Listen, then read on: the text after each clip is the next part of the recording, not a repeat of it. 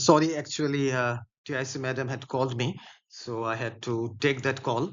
Let us move on to this. As we were doing, Chemos is the next devil who comes here, and he was worshipped in the same manner by the Moabites. So the Moabites were the tribe, and it was kind of same kind of worshipping from Ario to Nebo and the wild of southmost Abarim. So Ario was a small town on the northern bank of the Arnon, and Nebo was the mountain forming part of the range of Abarim, from whose summit Moses saw the promised land. So all these names, you don't have to remember all these names actually. Just Milton is happy to kind of mention all these names. In Hesebon and Heronaim, Sean's realm, beyond the flowery dale of Sibma, clad with vines, and Iliale to the asphaltic pool. So Hesebon or Heshbon was the city of Sihon, or Sihon, the king of the Amorites. It was destroyed by the Israelites, and Horonaim was also in Moab. Flowery dale of Sibma, clad with vines, the vines of Sibma, whose site is not really known, and the asphaltic pool is the Dead Sea. The Dead Sea was on the western side of the land of Moab, where Eliel, a town near Hesebon, was on the east. So all these places are mentioned. Peor is the other name. So Chemos was also known as Peor, Peor. The Lord of Peor, Baal Peor, Baal. Baal Peor, meaning the Lord of Peor, was the other name of Chemos. When he enticed Israel in Sittim on their march from Nile to do him wanton rites, which cost them woe. So Sittim was east of the Jordan, opposite Jericho. The Israelites were punished for their corruption because of the fact that they worshipped this false god, Chemos or Baal Peor. God sent a plague which swept through the land of the Israelites and killed thousands, caused them also suffering. They had to suffer. So these are the first two devils who came here. Uh, Now you will read about another. No, because, before that, yet thence his lustful orgies he enlarged even to that hill of scandal by the grove of Moloch, homicide, last heard by hate. So Moloch was the um devil who was worshipped by human sacrifice or the sacrifice of the children. So the lustful orgies he enlarged even to that hill of scandal. So the opprobrious hill. By the grove of Moloch, homicide, that is the killing of human beings, lust heard by hate. So next you will find this account of Josiah. Till good Josiah drove them thence to hell. Good Josiah was the last good king of Judah. It was he who defiled the valley of Hinnom and destroyed the heathen shrines that had been erected there by King Solomon. So Josiah uh, drove these gods, false gods, back to hell. With these came they who from the bordering flood of old Euphrates to the brook that parts Egypt from Syrian ground had general names of Baalim and Ashtaroth. So the gods who have introduced here in detail from line numbers 437 onwards, uh, we can see they included the hidden deities of the promised land, which was bounded on the east by the Euphrates, hence the bordering flood. Euphrates is the river, as you know, to the brook. that is the stream that parts Egypt from Syrian ground, uh, by the brook which was called Besor, Besor. So the Egyptian gods from Syria, they were divided, and now they were these two gods, Baalim and Ashtaroth, those male, these feminine. So Baalim were the name for some a group of male gods, and Ashtaroth was the name given to a group of female false gods. For spirits, when they please, can either sex assume or both. So obviously, now this word Baalim, actually the Hebrew word Baal, B-A-A-L, it means Lord. It is found in the name of Beelzebub or Baalzebub, which means the Lord of the Flies. So it is applied as a general term to the devils who were the male gods, and to Ashtaroth, the plural of Ashtoreth, the devils, female deities. So, so soft and uncompounded is their essence pure. So they can assume both sexes, either male or female. So these devils had that power, not tied or manacled with joint or limb. So, like human beings, they are not composed of flesh and blood and bones. So, manacled means chained. So they are composed of pure essences, not nor founded on the brittle strength of bones. So they were actually angels who once lived in heaven, but after their fall they have become devils. But their essential composition is still the same, like cumbrous flesh. So obviously cumbrous flesh, uh, of course, flesh that is a kind of a hindrance. But in what shape they choose, dilated or condensed, bright or obscure, can execute their airy purposes. So they can choose to uh, sort of take up any form. They can dilate themselves. That means they can become bigger, or condensed. They can become smaller in size. So they can become brighter or they can become dimmer. So can execute their airy purposes meaning their journeys through the air to carry out their purposes. So Milton is describing the how they are built and works of love or enmity fulfilled. So either they uh, fulfill the works of love or enmity. For those, the race of Israel oft forsook their living strength and unfrequented left his righteous altar, bowing lowly down to bestial gods.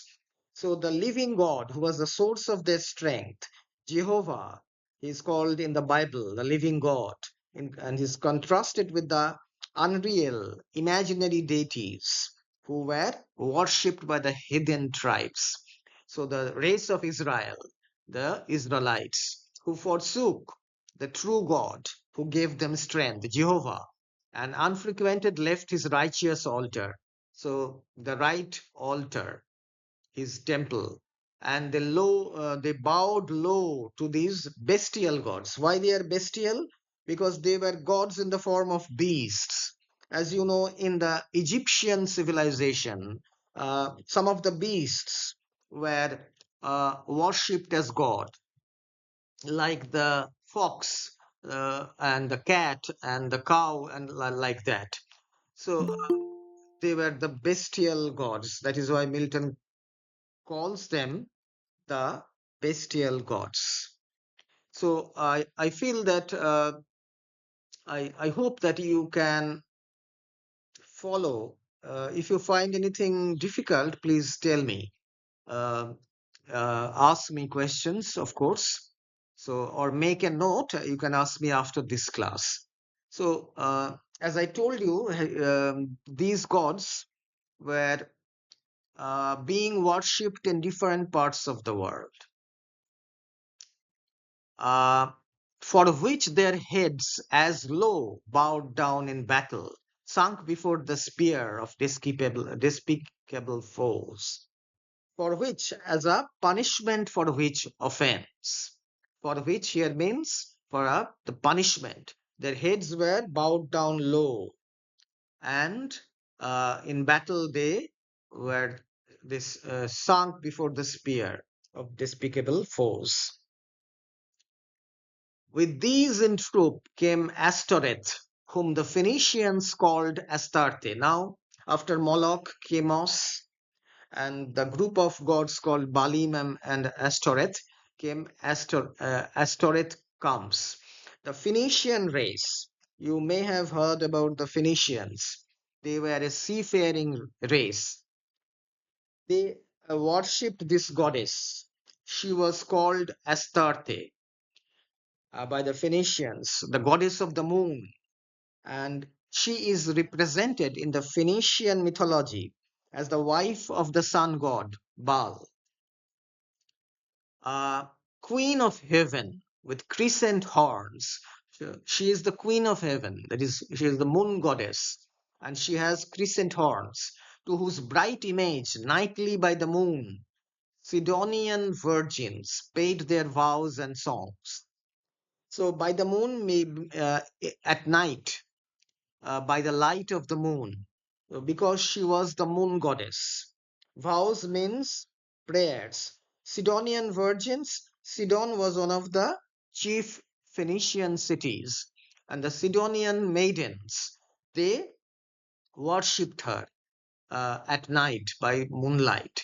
In Sion also, not unsung, where stood her temple on the offensive mountain, built by that uxorious king, whose heart, though large, beguiled by fair idolatresses, fell to idols' vow. So again, Milton refers to the wisest king, who was deemed to be the wisest, King Solomon, who was referred to earlier.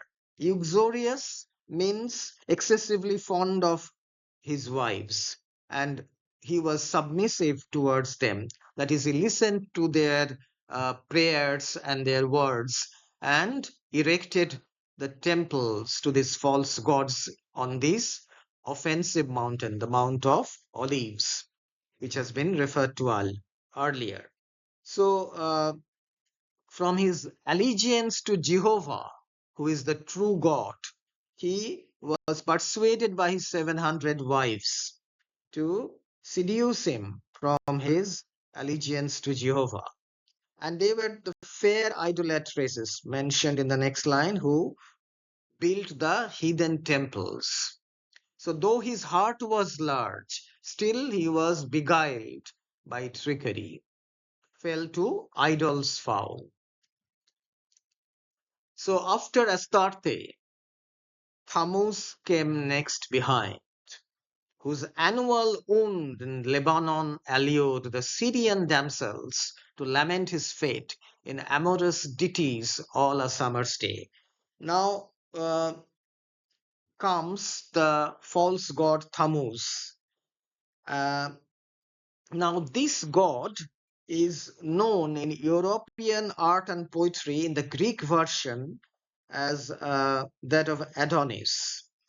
Now there is the story of Venus and Adonis, and this story is also there. Now, this god was worshipped by the name of Tammuz. He was one of these fallen angels, and he was worshipped under new names in different areas. He was worshipped in Syria as God, who was slain by a wild boar in Lebanon. So, whose annual wound, that is why it is called wound, because he was uh, killed by a boar, that is a wild pig, in Lebanon, allured the Syrian damsels, the Syrian maidens. They worshipped him. They lamented his fate in amorous ditties, songs. Ditties means songs, love songs like that, all summer's day. So, Tammuz or Adonis was a vegetation or fertility cult based god, and his death, uh, symbolic death in winter, was celebrated, and he would return again in spring.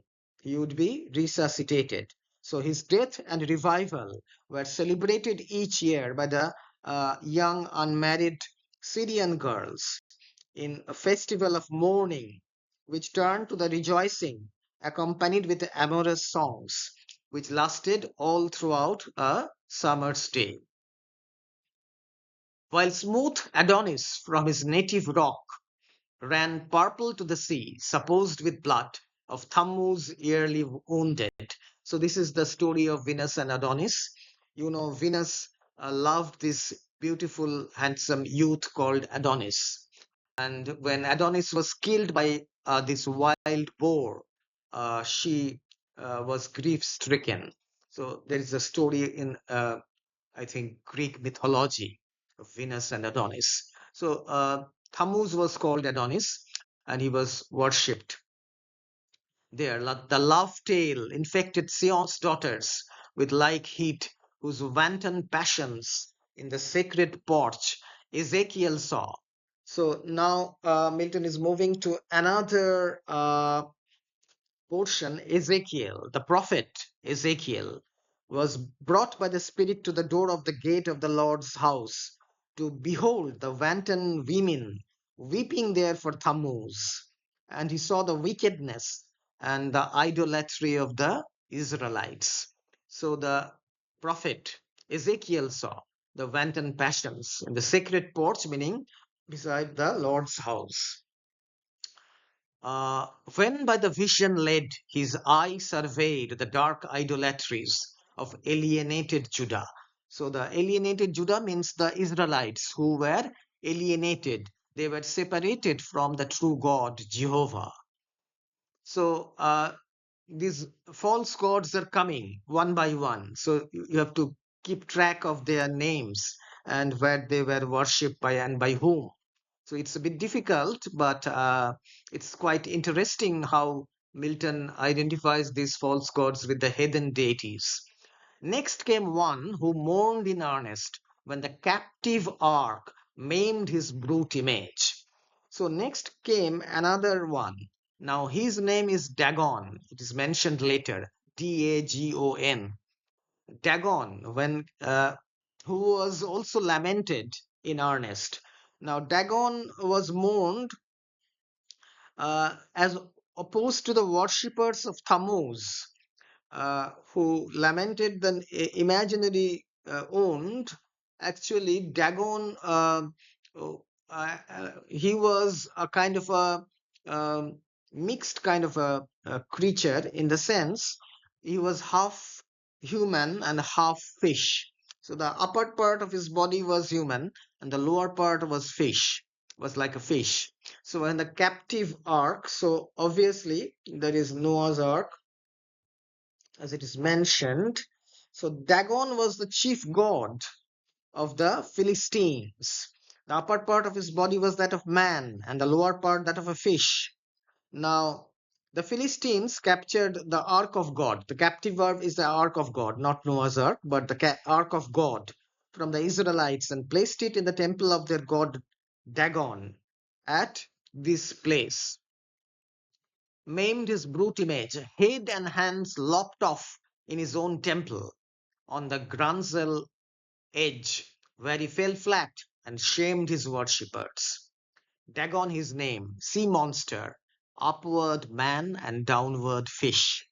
So here Milton is referring to Dagon when the ark of the Israelites were captured by the uh, Philistines, and he was a temple was built there.